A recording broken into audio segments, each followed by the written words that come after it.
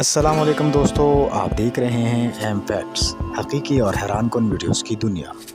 دوستو آج ہم آپ کو اس ویڈیو میں K2 کے بارے میں معلومات دیں گے جو دنیا کی سخت ترین چوٹیوں میں سے ایک ہے۔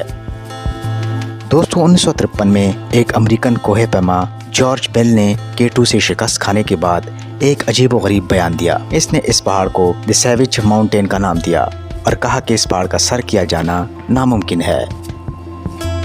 دنیا میں 8000 میٹر کی کل 14 چوٹیاں موجود ہیں، جن میں سے 5 پاکستان، 8 نیپال اور 1 چوٹی چائنا میں واقع ہے۔ 1856 میں برٹش سرکار نے ایک سروے کے دوران ان 5 چوٹیوں کو K1، K2، K3، K4 اور K5 کا نام دیا۔ انہی 5 چوٹیوں میں دنیا کی دوسری بلند ترین اور پہلی خطرناک ترین چوٹی K2 بھی شامل ہے۔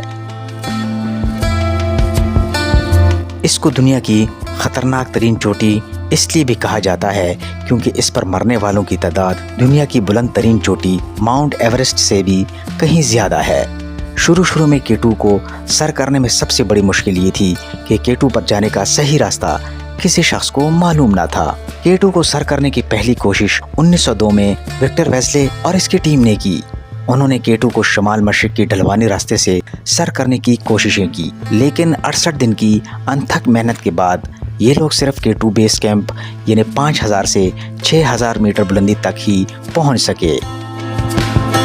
اس مہم سے واپسی پر انہوں نے صرف اتنا کہا کہ اس مہم میں نہ تو کسی انسان کو اور نہ ہی بیسٹ کو کوئی نقصان پہنچا۔ انہوں نے اس پہاڑ کے لیے بیسٹ کا لفظ استعمال کیا۔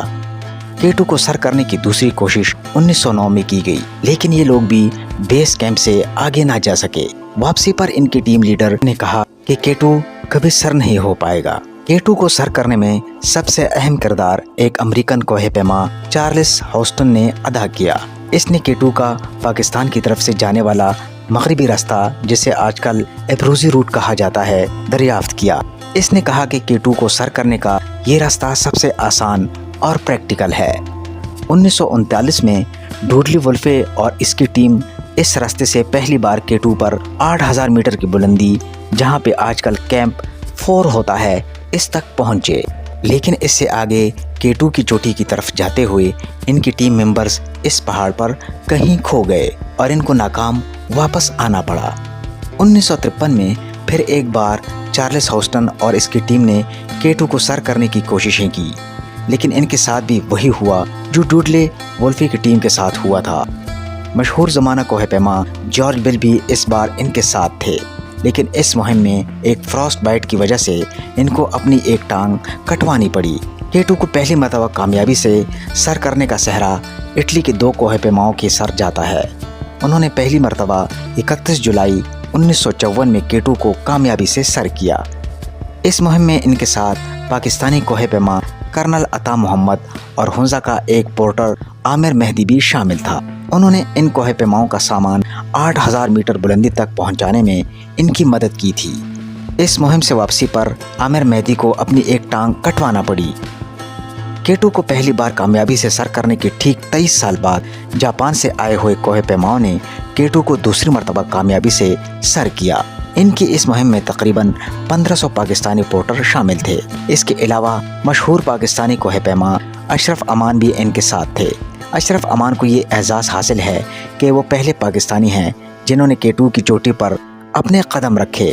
1986 میں پہلی مرتبہ کسی خاتون نے K2 کو کامیابی کے ساتھ سر کیا۔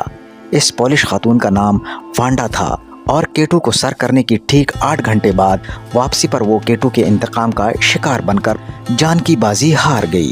یوں بھی کہا جاتا ہے کہ K2 خواتین سے انتقام ضرور لیتا ہے۔ اس کے بعد مختلف ادوار میں مختلف ممالک سے لوگ آتے، کچھ کامیابی سے K2 کو سر کرتے رہے اور کچھ اس کے غضب کا شکار بنتے رہے۔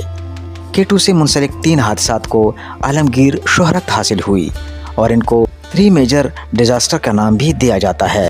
پہلا حادثہ اگست 1986 میں پیش آیا، جس میں 13 کوہ پیما اکٹھے K2 پر مارے گئے۔